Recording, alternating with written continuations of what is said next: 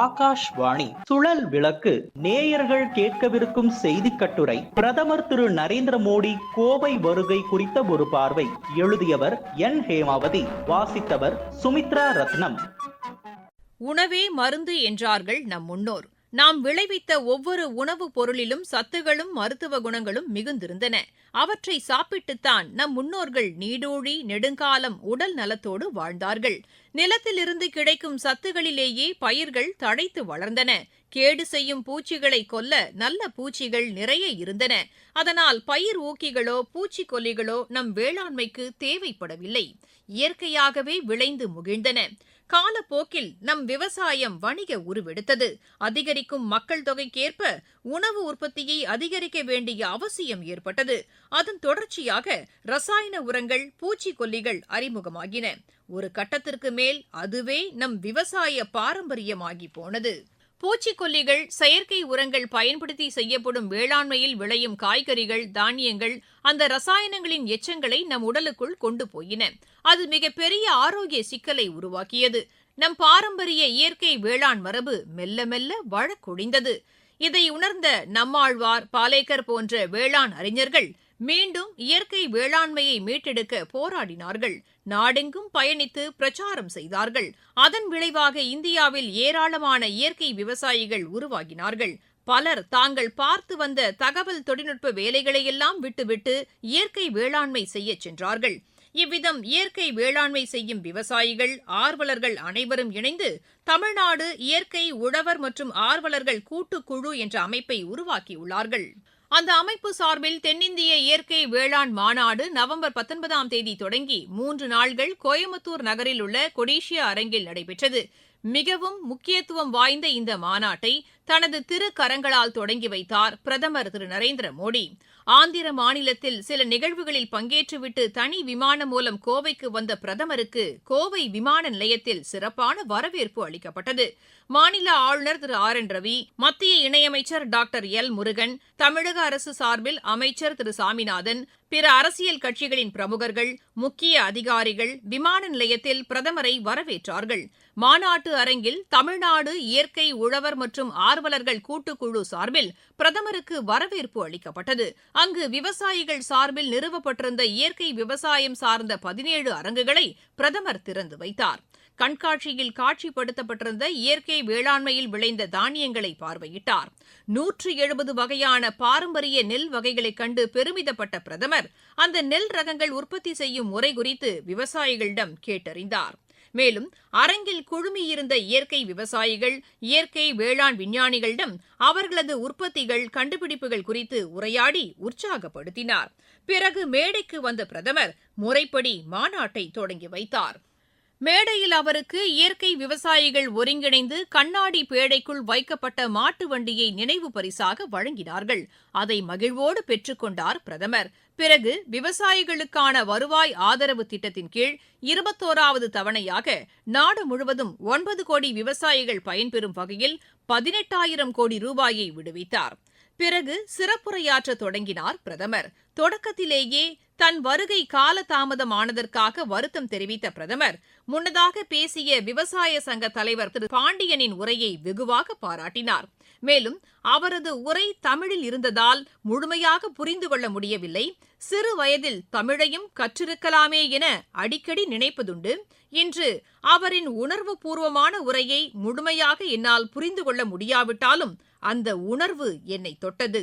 அவரின் உரையை ஹிந்தி, ஆங்கிலத்தில் மொழியாக்கம் செய்து அனுப்பும்படி ஆளுநரிடம் கோரியுள்ளேன் என்று தெரிவித்த பிரதமர் அடுத்தபடியாக கோவை மாநகரின் பெருமைகளை சிலாகித்தார். கோவை என்ற இந்த புனித மண்ணில் மருதமலையில் குடிகொண்டிருக்கும் முருகனை நான் முதன்மையாக தலைவணங்குகிறேன். கோவை கலாச்சாரம், கனிவு, கவின் படைப்புத்திறன் ஆகியவற்றை தனக்கு சொந்தமாக்கிக் கொண்ட பூமி இந்த நகரம். தென் பாரதத்தின் தொழில் முனைவு ஆற்றலின் சக்தி பீடம் என்ற பிரதமர் கோவையின் மகனாக பிறந்து இன்று நாட்டின் குடியரசு துணைத் தலைவராக உயர்ந்திருக்கும் திரு சி.பி. ராதாகிருஷ்ணனையும் பாராட்ட தவறவில்லை. ஜவுளித்துறையால் தேசத்தின் பொருளாதாரத்திற்கு பெரும் பங்காற்றிக் கொண்டிருக்கும் கோவை தற்போது மேலும் ஒரு காரணத்தால் சிறப்பு பெறுகிறது. இங்கே எம்பியாக இருந்த திரு சி.பி. ராதாகிருஷ்ணன் இன்று குடியரசு துணைத் தலைவராக நம் அனைவருக்கும் வழிகாட்டி கொண்டிருக்கிறார் என்று குறிப்பிட்டார். இயற்கை விவசாயம் விசேஷமானது, என் இதயத்திற்கு மிகவும் நெருக்கமானது. இம்மாநாட்டில் காட்சிப்படுத்தப்பட்ட அரங்குகளை சென்று பார்த்தேன். மெக்கானிக்கல் என்ஜினியரிங்கில் முனைவர் பட்டம் பெற்றவரும், இஸ்ரோவில் சந்திரயான் திட்டத்தில் பணிபுரிந்தவரும் அந்தந்த வேலைகளை விட்டுவிட்டு விவசாயத்திற்கு வந்திருக்கிறார்கள். இவர்களின் பணி ஊக்கமளிக்கிறது. மற்றவர்களுக்கும் பயிற்சி அளித்து புதிய உத்திகளையும் வழிமுறைகளையும் கைக்கொண்டு வேளாண் தொழிலை முன்னெடுத்து செல்கிறார்கள். ஒருவேளை இங்கே வராமல் இருந்திருந்தால் பல விஷயங்களை தெரிந்து கொள்ளாமல் போயிருப்பேன். என் கற்றல் குறைந்து போயிருக்கும் என்ற பிரதமர் பல்வேறு விஷயங்களை தன் உரையில் தொட்டார். இயற்கை வேளாண்மையை பரவலாக்குவது என்பது 21ஆம் நூற்றாண்டு வேளாண்மையின் தேவை.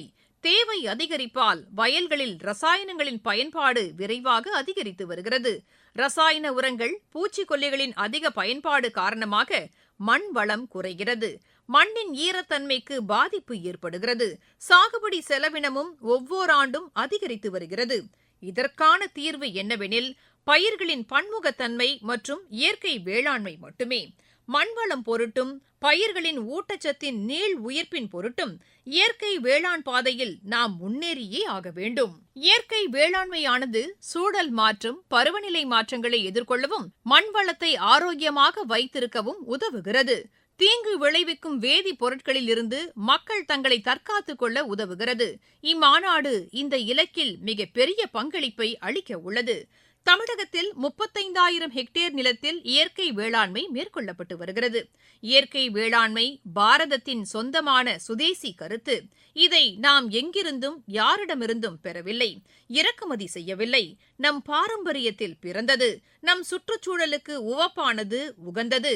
தென்னிந்திய விவசாயிகள் இயற்கை வழி வேளாண்மையின் பாரம்பரியங்களான பஞ்சகவ்யம், ஜீவாமிர்தம் போன்றவற்றை நிரந்தரமாக உள்வாங்கிக் கொண்டிருக்கிறார்கள் என்பது எனக்கு மகிழ்ச்சி அளிக்கிறது என்று பெருமிதமாக தெரிவித்தார் பிரதமர். கேரளாவிலும் கர்நாடகத்திலும் மலைப்பாங்கான பகுதிகளிலும் பல்லடுக்கு வேளாண்மை செய்யப்படுகிறது. ஒரே வயலில் தென்னை, பாக்கு, பழமரங்கள் இருக்கும். ஊடுபயிராக மசாலா பொருட்கள், மிளகு போன்றவை பயிர் செய்யப்படுகின்றன. சிறிய இடத்தில் இத்தனை பயிர்களை விளைவிக்க முடியும். இதுதான் இயற்கை வேளாண்மையில் அடிப்படை கோட்பாடு. இந்த வேளாண் மாதிரியை இந்தியா முழுக்க கொண்டு செல்ல விரும்புகிறோம். இதை செயல்படுத்த வேண்டுமென மாநிலங்களை கேட்டுக்கொள்கிறேன். தேசத்தின் பல்வேறு பகுதிகளிலும் இதை நடைமுறைப்படுத்துவது குறித்து ஆராய வேண்டும். தென்னிந்தியா விவசாயத்தின் வாழும் பல்கலைக்கழகமாக விளங்கி வருகிறது. வளர்ச்சியடைந்த இந்தியாவுக்காக வருங்கால விவசாய சூழல் அமைப்பினை உருவாக்க நாம் அனைவரும் இணைந்து பணிபுரிய வேண்டும்.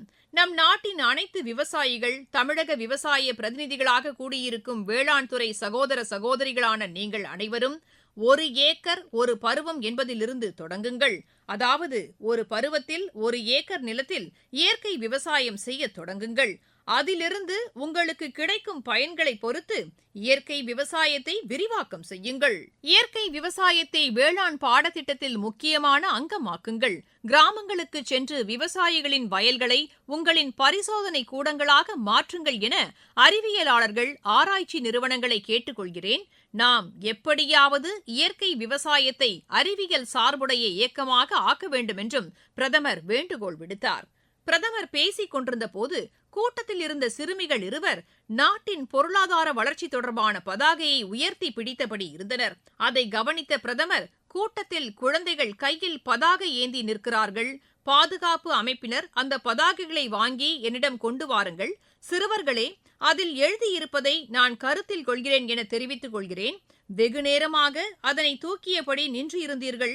உங்களுக்கு எனது நன்றி என தெரிவித்தார். அந்த பதாகையில் நான் பட்டம் பெறும்போது இந்தியா 2வது பொருளாதார வல்லரசாக மாறியிருக்கும், நான் ஓய்வு பெறும்போது உலகின் நம்பர் 1 பொருளாதார நாடாக இந்தியா இருக்கும், உங்களது தொலைநோக்கு பார்வைக்கு நன்றி என எழுதியிருந்தார்கள்.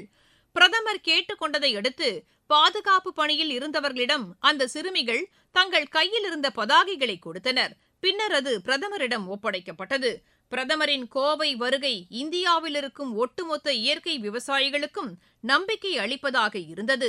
பிரதமரும் மிகுந்த மனநிறைவோடு மாலை தனி விமானத்தில் டெல்லி புறப்பட்டுச் சென்றார். நேயர்கள் இதுவரை கேட்ட செய்தி கட்டுரை பிரதமர் திரு நரேந்திர மோடி கோவை வருகை குறித்த ஒரு பார்வை. எழுதியவர் என். ஹேமாவதி. வாசித்தவர் சுமித்ரா ரத்னம்.